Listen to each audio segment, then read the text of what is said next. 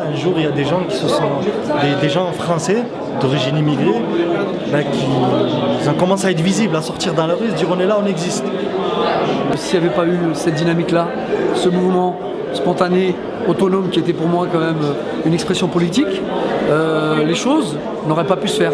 Et derrière, tu as eu par exemple Convergence 84, tu as eu le MIB qui a travaillé sur les doubles peines, qui a permis peut-être à certains gamins qui sont nés sur le territoire français parce que des gens se sont battus pour que peut-être leurs parents ne soient pas expulsés.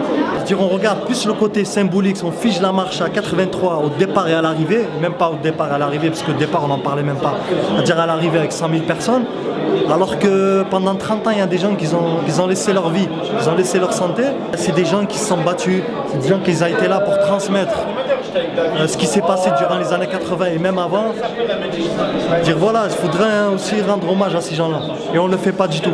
On s'aperçoit que nos plus jeunes aujourd'hui n'ont pas forcément conscience d'une part du mouvement, de la marche et surtout du contexte de l'époque. Quand je pense à Toumi Diadja qui avait pris une balle dans l'estomac, qui a passé 15 jours dans le coma, on n'est plus à ce degré de peur par rapport à la police. Il y a toujours des violences policières, il y a toujours des crimes racistes, mais je pense qu'on est moins exposé aujourd'hui, même s'il y a des choses qui restent à dénoncer. Alors la marche pour moi est complètement terminée puisque nous ne marchons plus, en tout cas nous combattons différemment. Par contre effectivement les problématiques qui touchent ces quartiers notamment sont toujours d'actualité malheureusement et c'est encore plus difficile aujourd'hui, j'ai envie de dire, que 1983 puisque aujourd'hui l'expression de certains malaises se fait le plus souvent dans la violence malheureusement. On est en train de faire grandir des gamins dans une forme de violence et d'exclusion. Et donc la prochaine crise politique qu'on aura dans les quartiers, elle sera politique d'exclusion. On doit dépasser l'aspect social et précarité. Et il faut absolument qu'on sorte de cette impasse. En tant que telle, la marche n'a pas été reproduite parce qu'on a vu en fait qu'elle n'avait pas produit les effets escomptés. Donc il y a eu beaucoup de révoltes en fait par la suite. Effectivement, à la fin des années 80, il y a eu Vaux-en-Velin, puis plus tard Clichy-sous-Bois, Villiers-le-Bel, Grenoble, etc., qui étaient liés à des événements locaux. Mais ce que disait tout à l'heure Tara Dickman, qui était très juste, c'est qu'aujourd'hui on a de nouveaux moyens à notre disposition, donc les mobilisations prennent d'autres formes. C'est très très difficile parce qu'il y a énormément d'ego. La différence qu'il y a entre les militants des années 80 et aujourd'hui, c'est que les gens, ils se battaient réellement. C'est-à-dire qu'il y avait un vrai ras-le-bol, c'était pas la course à être porte-parole. On ne parle pas de toutes les associations satellitaires qui ont été fabriquées de toutes pièces, on ne parle pas de cela.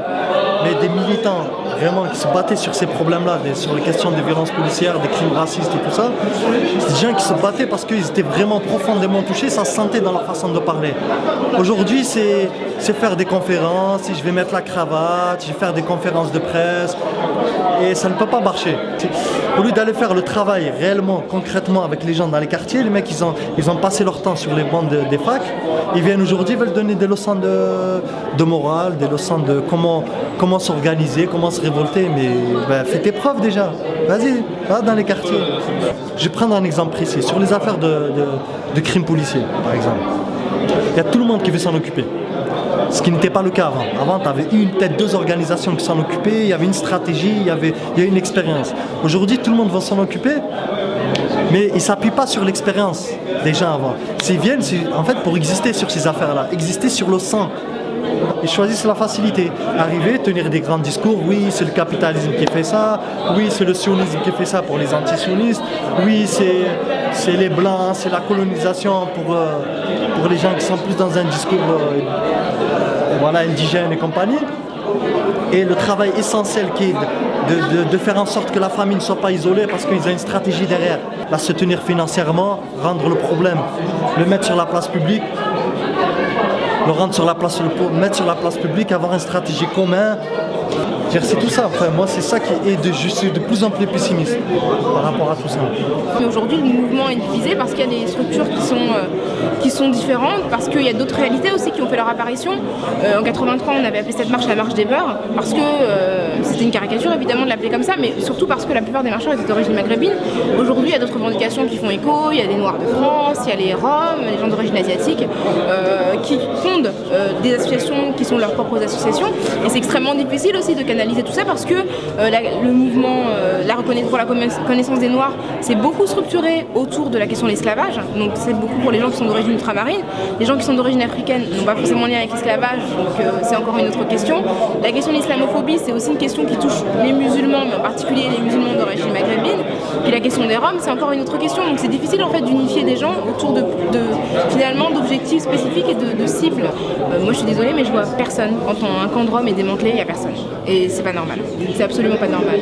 Donc voilà, quand il se passe quelque chose, on est tous concernés au même titre parce que on est profondément attachés à ces questions d'égalité et il faudrait qu'on soit tous présents aux initiatives des uns les autres. Donc là aujourd'hui, s'il y avait eu des gens du CRAN, des gens de la brigade anti-négrophobie, ça aurait été très bien de la même manière que... Alors c'est vrai que nous, avec les Indivisibles, on a la chance d'être extrêmement mélangés, d'arriver à mobiliser des réseaux très très différents.